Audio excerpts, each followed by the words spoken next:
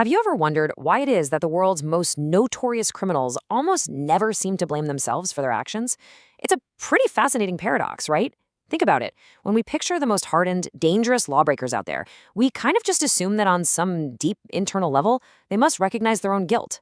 But the reality of the human mind is far stranger and honestly a lot more defensive than any of us really like to admit.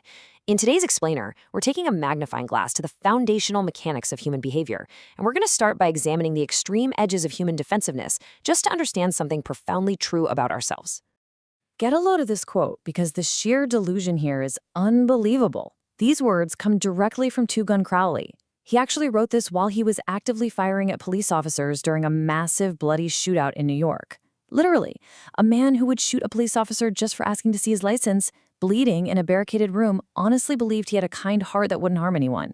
And the crazy thing is, he wasn't alone in thinking like this. Al Capone, the most ruthless mobster in Chicago history, literally considered himself an unappreciated public benefactor.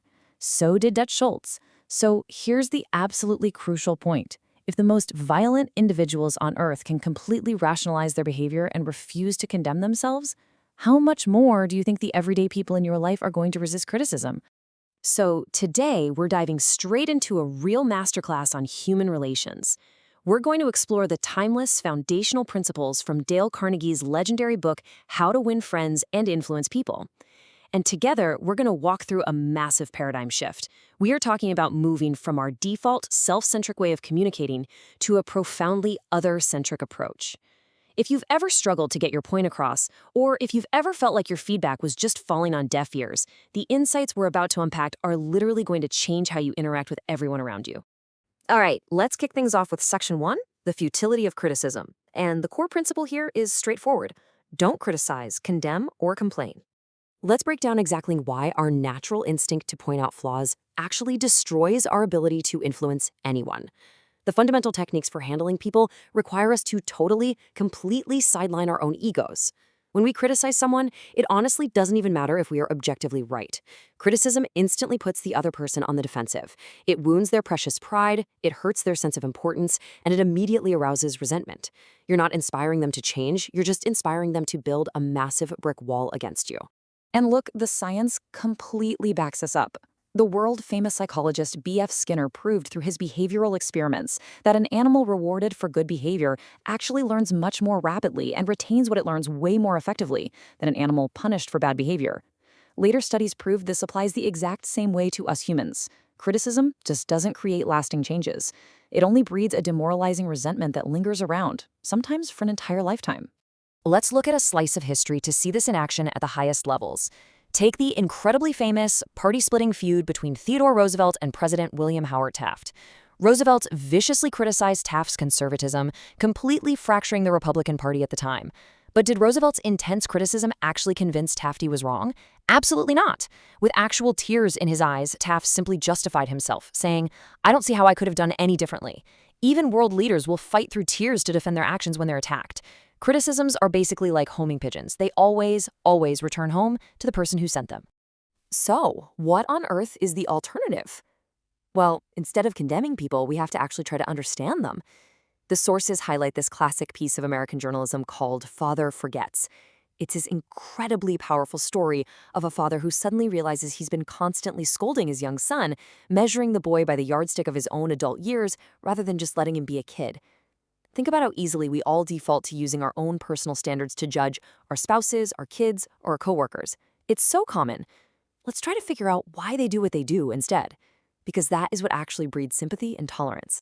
Moving right along to Section 2, the deepest human craving. Principle 2, give honest and sincere appreciation. Okay, so once you stop tearing people down with criticism, you really need to know how to build them back up. To do this, we have to uncover a very hidden vulnerability, the desire to be important. The philosopher John Dewey actually called this the deepest urge in human nature. It's a gnawing, unfaltering hunger. This exact desire is what made a poverty-stricken Abraham Lincoln study law books he found at the bottom of a barrel. It's what inspired Charles Dickens to write his immortal novels. It's even the very same craving that pushes unguided youth into joining criminal gangs just to get that sense of recognition, that feeling that they actually matter. If you can honestly satisfy this heart hunger in others, you literally hold the key to human relations. To put a real dollar value on this skill, let's look at this staggering number. Way back in 1921, Andrew Carnegie paid Charles Schwab a salary of $1 million a year to run the United States Steel Company. Let that sink in. That was over $3,000 a day, long before income taxes were a major thing. So, was Schwab the greatest steel expert in the world? Nope. Schwab himself readily admitted he had men working for him who knew way more about the actual manufacture of steel than he did. He was paid that astronomical sum purely for his incredible ability to deal with people, to arouse enthusiasm, and to make people feel important. Now hold on, a quick warning here, because people can spot a fake from a mile away. We have to clearly distinguish between flattery and true appreciation. Flattery is shallow, it's totally selfish, and it comes from the teeth out. It's counterfeit money, and if you try to pass it, it is absolutely going to get you into trouble eventually. Genuine appreciation, on the other hand, the kind Schwab used to bring out the absolute best in his workers, comes from the heart out. It means pausing your own 95% self-focused internal monologue for just a second and genuinely looking for the good points in the other person. All right, let's get into Section 3, the ultimate secret of influence. Principle 3, arouse in the other person an eager want. Think of it like going fishing. You might personally love eating strawberries and cream, right? But you bait your hook with worms because that is what the fish want. Yet when we try to influence people, we constantly bait the hook with our own strawberries and cream. And we do this because we are just relentlessly focused on ourselves. The New York Telephone Company once did this detailed study of 500 telephone conversations just to find the most frequently used word. That word was the personal pronoun I. It was used 3,900 times. I. That number is staggering, and it proves just how self-centered human nature actually is. If you want to get anyone to do anything, you have to stop talking about what you want.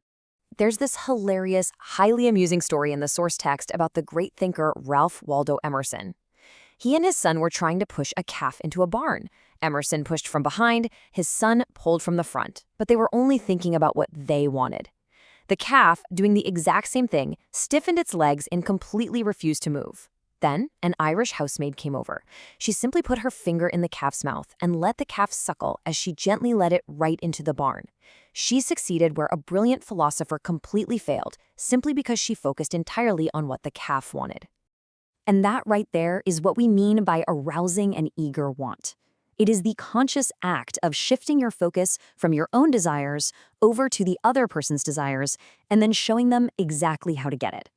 Henry Ford summed up his entire secret of success by stating it lies in the ability to get the other person's point of view and see things from their angle just as well as from your own. Let's look at a literal masterclass of this in action. Dale Carnegie used to rent a hotel ballroom for 20 nights a season for his lectures. One day, out of nowhere, he was told his rent was being increased by 300%. Instead of storming into the office and complaining about how unfair it was for him, he went to the manager and actually drew up a table. He listed the advantages for the hotel. Hey, you get the ballroom free for higher-paying dances. But then, the disadvantages. You lose my rent completely because I literally can't afford it, and you lose all the free advertising my lectures bring to your hotel. By focusing purely on the manager's problem and not his own, Carnegie got that 300% increase knocked all the way down to just 50%. Because here's the truth of the matter. Nobody wants to be sold to. Everybody just wants to solve their own problems. The sources powerfully contrast failing sales pitches, where a salesperson just rambles on about their own company's size and desires, with successful ones that highlight the direct, tangible benefits to the listener. The rare individual who unselfishly tries to serve others by helping them solve their problems has an enormous advantage in this world. Seriously, they have almost no competition. Which brings us to our final segment. Section 4, the implementation challenge, mastering the principles. So we've moved from the danger of criticism to the power of appreciation, and finally, the secret of arousing eager want. But just knowing this stuff isn't enough. Taking these concepts into your daily practice takes actual work. It's all about forming new habits. The text provides these rapid, actionable steps to master this. First, you need a really deep desire to learn. You have to read and review these principles constantly, literally stopping to ask yourself how to apply them. Underscore important ideas as you go. But my absolute favorite is this brilliant gamification technique. Pay a dime or a literal dollar penalty to a friend or spouse every single time they catch you violating one of these principles. Every time you complain or criticize, it costs you cold, hard cash. Track your weekly progress and keep a record of your triumphs. You are attempting a completely new way of life here, and that requires daily application. So I'm going to leave you with a bit of a provocative thought today. As Professor Harry Overstreet noted, the person who can step outside their own ego and arouse an eager want in others has the whole world with them. The person who cannot walks a lonely way. So will you continue to walk that lonely way, stubbornly trying to force the world to care about your wants? Or will you unlock your true potential, your influence, and your relationships by simply choosing to see the world through their eyes? The choice and the work is totally yours. Thanks so much for joining me to break down these concepts in today's explainer, and I really hope you leave here ready to put these timeless principles into action.